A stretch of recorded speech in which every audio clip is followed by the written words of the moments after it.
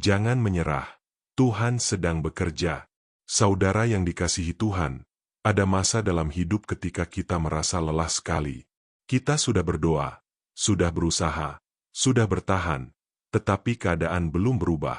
Masalah masih ada, jawaban belum datang, dan hati mulai bertanya, Tuhan, sampai kapan aku harus bertahan? Pada titik seperti itu, godaan terbesar bukan hanya rasa sedih, tetapi keinginan untuk menyerah. Menyerah sering terasa seperti jalan paling mudah saat hati sudah letih. Kita ingin berhenti berharap, berhenti berdoa, berhenti menunggu, karena rasanya lebih aman daripada terus berharap lalu terluka lagi. Tetapi renungan hari ini datang untuk mengingatkan kita, jangan menyerah, Tuhan sedang bekerja. Mungkin Anda belum melihatnya dengan mata, tetapi itu tidak berarti Tuhan diam. Di balik layar kehidupan, Tuhan tetap bekerja dengan caranya yang sempurna. Yohanes 5 ayat 17 berkata, Bapakku bekerja sampai sekarang, maka aku pun bekerja juga. Firman ini menunjukkan bahwa Tuhan tidak pernah berhenti bekerja. Dia tidak tertidur, tidak lalai, dan tidak meninggalkan hidup anak-anaknya. Walaupun keadaan tampak diam, Tuhan tetap bekerja. Walaupun doa belum terjawab, Tuhan tetap bekerja. Walaupun hati kita belum mengerti apa yang sedang terjadi, Tuhan tetap bekerja. Seringkali kita menilai pekerjaan Tuhan hanya dari apa yang bisa kita lihat. Kalau pintu terbuka, kita berkata Tuhan bekerja. Kalau masalah selesai, kita berkata Tuhan bekerja. Kalau doa dijawab cepat, kita berkata Tuhan bekerja. Tetapi bagaimana saat belum ada perubahan? Apakah itu berarti Tuhan tidak bekerja? Tidak. Tuhan tetap bekerja, bahkan ketika mata kita belum melihat hasilnya. Bayangkan seorang petani yang menanam benih di tanah. Setelah benih itu ditanam, untuk beberapa waktu tidak ada yang terlihat di permukaan. Tanah tampak sama seperti sebelumnya. Tetapi di bawah tanah, sesuatu sedang terjadi. Benih itu sedang bertumbuh, akar sedang terbentuk, kehidupan sedang bekerja dalam diam. Demikian juga dalam hidup kita.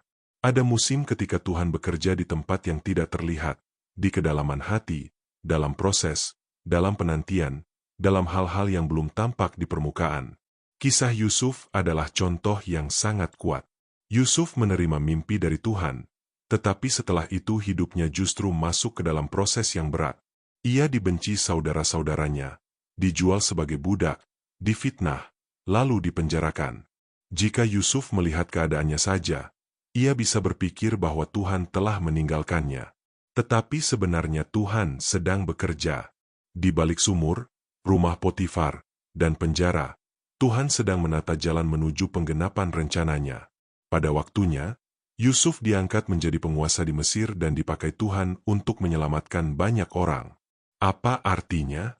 Jalan Tuhan tidak selalu mudah dipahami saat kita sedang menjalaninya.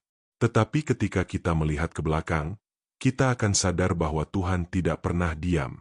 Dia bekerja melalui setiap proses, bahkan melalui bagian hidup yang paling menyakitkan sekalipun. Roma 8 ayat 28 berkata, Kita tahu sekarang, bahwa Allah turut bekerja dalam segala sesuatu untuk mendatangkan kebaikan bagi mereka yang mengasihi Dia. Perhatikan kalimat, dalam segala sesuatu. Bukan hanya dalam hal-hal yang menyenangkan, tetapi juga dalam air mata, penantian, keterlambatan, kekecewaan, bahkan dalam musim yang terasa gelap. Tuhan sanggup bekerja dalam semuanya untuk mendatangkan kebaikan. Itu tidak berarti semua hal terasa baik, tetapi berarti Tuhan dapat memakai semuanya untuk tujuannya yang baik. Saudara, mungkin hari ini Anda sedang berada di titik lelah. Mungkin Anda sedang berdoa untuk keluarga yang belum dipulihkan. Mungkin Anda sedang menunggu pintu pekerjaan terbuka. Mungkin Anda sedang berjuang melawan sakit penyakit, tekanan hidup, atau pergumulan yang tidak kunjung selesai. Dan karena terlalu lama menunggu, Anda mulai ingin menyerah. Kalau itu yang sedang Anda rasakan, dengarkanlah baik-baik. Jangan menyerah, Tuhan sedang bekerja. Tuhan bisa bekerja dengan mengubah keadaan. Tetapi Tuhan juga bisa bekerja dengan mengubah hati kita lebih dulu. Kadang kita ingin Tuhan segera mengangkat masalah, tetapi Tuhan lebih dulu membentuk iman kita.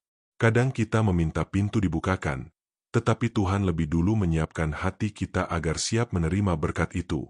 Kadang kita berdoa agar jalan dipercepat, tetapi Tuhan sedang mengajar kita ketekunan dan penyerahan. Ingatlah kisah Marta dan Maria ketika Lazarus sakit. Mereka berharap Yesus datang segera, tetapi Yesus tidak langsung datang. Bahkan ketika Yesus tiba, Lazarus sudah mati. Bagi mereka, mungkin semuanya sudah terlambat.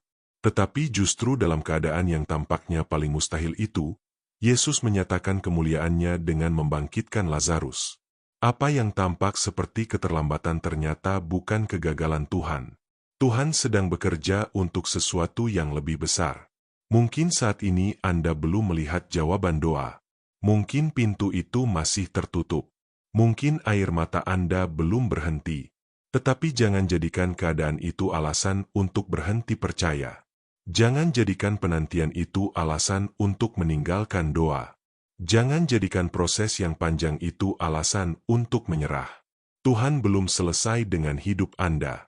Galatia 6 ayat 9 berkata, "Janganlah kita jemu-jemu berbuat baik, karena apabila sudah datang waktunya, kita akan menuai, jika kita tidak menjadi lemah."